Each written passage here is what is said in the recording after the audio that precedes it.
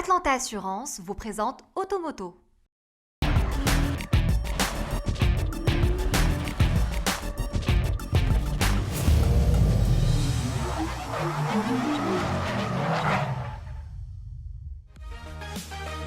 Mesdames et messieurs, bonjour, je vous souhaite la bienvenue dans ce nouvel épisode d'Automoto.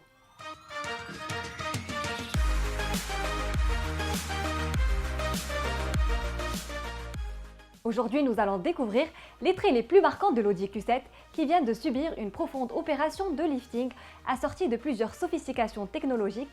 C'est la nouveauté de la semaine. Mais avant de vous embarquer dans le gigantesque SUV allemand, voici les derniers ajustements apportés à la ligne de production de la nouvelle usine PSA située à Knetra où sera fabriquée la toute nouvelle Peugeot 208.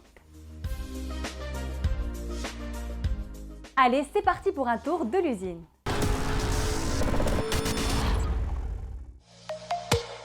Après son inauguration par Sa Majesté le Roi Mohammed VI, le site de PSA à Knetra opère sur les derniers réglages pour démarrer la production. Une visite à l'usine, implantée dans la zone industrielle Atlantique Free Zone, rend compte du banc spectaculaire réalisé par l'industrie automobile au Maroc.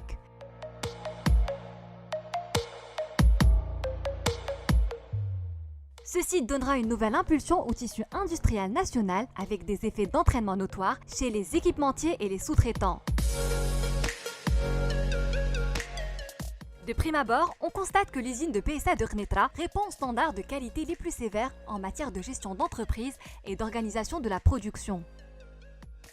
On est en train de finaliser notre produit, la nouvelle 208, en même temps que l'autre site qui produira cette voiture en Slovaquie, le site de Trnava, et au même moment où on est en train de finir la formation de nos équipes qui vont demain, on va appuyer sur l'accélérateur pour aller monter en cadence, atteindre à la fin de cette année 200 voitures par jour et à terme l'équivalent de 100 000, puis l'été prochain 200 000 voitures par an produites ici sur le site de Knetra. Donc 27 sites industriels nouveaux et 62 sites industriels sur le territoire marocain qui vont venir livrer l'usine de Knetra pour la 208. Au global, 20 000 emplois créés entre les emplois directs ici, 2500 emplois à la fin de l'année prochaine, les emplois au centre de recherche et développement et dans la recherche et développement en général, à terme 4000 emplois, et les emplois indirects chez nos fournisseurs, nos sous-traitants qui viennent tous alimenter le site de Knetra. Il y a rappelé que 90% de la production de l'usine de PSA de Knetra est destinée à l'export. Le constructeur s'est aussi engagé à assurer un taux d'intégration d'au moins 60% dès le démarrage de ce complexe industriel. Le niveau devrait être revu à la hausse pour atteindre à terme les 80%.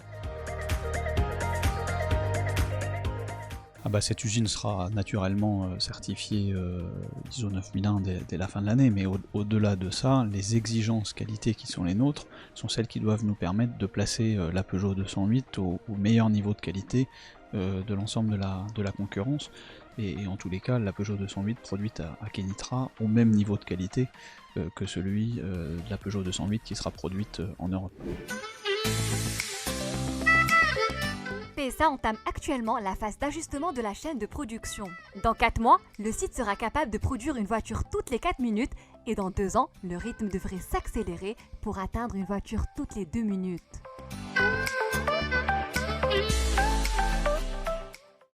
لكل مرة ما كتخافش من غدا، لكل مرة عارفة راسها فين غادا، لكل مرة واثقة من نفسها،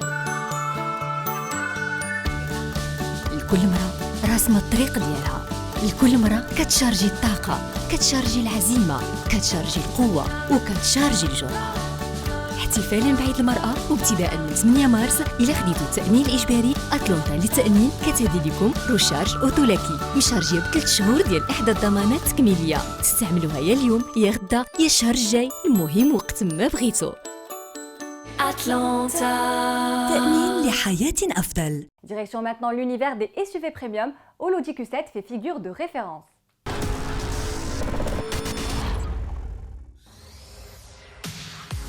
Profonde et diversifiée, l'opération de remise en forme de l'Audi Q7 prend la dimension d'un renouvellement générationnel.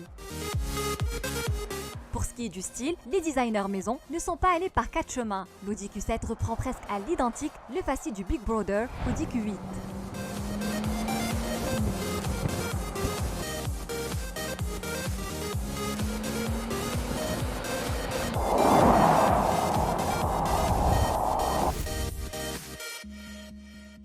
Ceci passe essentiellement par l'impressionnante calandre single frame à 6 lamelles cerclées de chrome, mais aussi par les larges ouvertures d'air latérales, ainsi que les blocs optiques flanqués d'éclairage laser Matrix LED, pour ne rien dire du capot moteur plongeant vers l'avant. La sensation d'agressivité monte d'un cran sur la version S-Line que vous voyez sur ces images. De la lamelle tranchante au bout du pare-choc jusqu'aux jantes spécifiques de 19 pouces, en passant par les protections des bas de caisse latérales et arrière, cette dégaine ne passe pas inaperçue. En revanche, l'apparition de la baguette chromée sous forme de trait d'union entre les feux arrière, comme sur l'Audi A8, renforce l'aspect visuel de l'engin.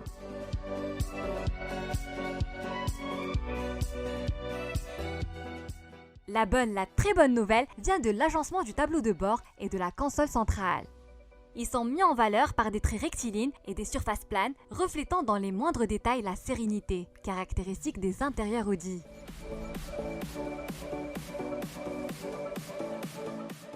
Sereine, elle n'en demeure pas moins moderne, avec 3 écrans orientés vers le conducteur. Même constat pour les commandes, tombant facilement sous la main. Ce gros lot de changements a eu raison de la traditionnelle molette MMI, supplantée par l'interface numérique MMI Touch, offrant une bien meilleure expérience tactile. Celle-ci gère même le hotspot Wi-Fi, la commande vocale, la navigation, sans oublier le service vocal Alexa fourni par Amazon. Que les choses soient claires, le Hey Mercedes dans la marque à l'étoile fait tout un tapage médiatique et est un service de cloud signé Amazon, également disponible sur les véhicules Audi et BMW. Outre les multiples possibilités de réglables, la finition S-Line offre à la clé les sièges sport climatisés avec fonction massage. La banquette arrière, elle aussi, est constituée de 3 sièges individuels, alors que la 3e rangée comprend pour sa part 2 sièges pouvant être escamotés automatiquement dans le plancher. Pas de surprise concernant les rangements. L'Audi Q7 dispose toujours d'un gigantesque coffre de 865 litres dont la modularité permet non seulement de tripler le volume, mais aussi d'obtenir un plancher parfaitement plat. Jouer les déménageurs du week-end, vous l'aurez compris, fait partie des missions favorites du Q7.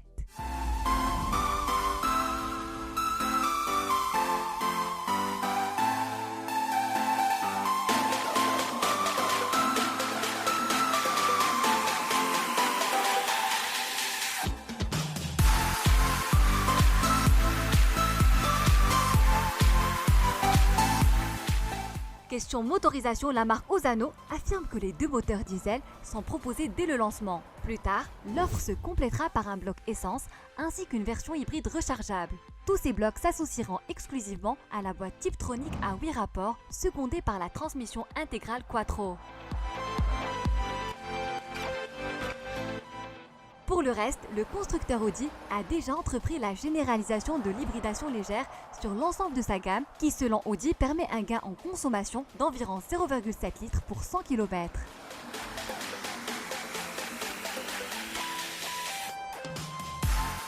Au final, il faut souligner qu'un soin particulier a été accordé à la tenue de route, renforcé par le régulateur de vitesse adaptatif associant plusieurs assistants à la conduite, ce qui contribuera forcément à améliorer la stabilité de ce mastodonte d'environ 2,2 tonnes.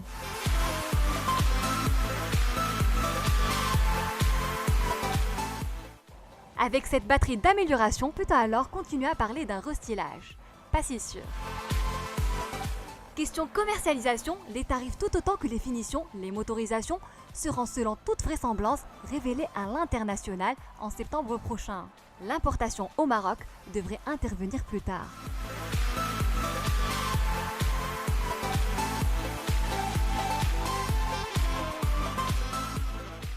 Automoto touche à sa fin, merci de votre fidélité et à bientôt.